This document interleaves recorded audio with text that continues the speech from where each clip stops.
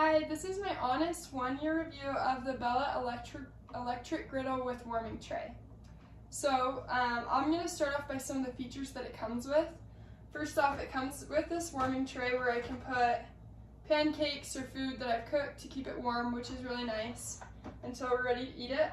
The handles do not get hot, which is really nice because then it's easy to carry from one place to another. It has this oil catching tray in the back that's really nice, and it also has a little ditch that brings the oil to that catching tray, which is super nice. I just push the oil back into the dish and it pushes it into the little tray. So another thing is that it gets hot really fast, which is really nice. I don't have to wait forever for it to warm up.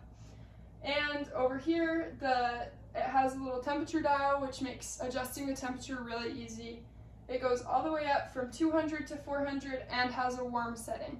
So it's been really perfect. Another thing that I really like about this griddle is how big it is.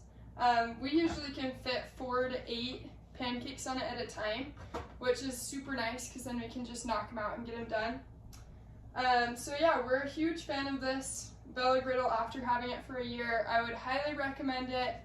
I think the price is very well placed. It's definitely worth that, and so huge fans of it. I would definitely recommend it.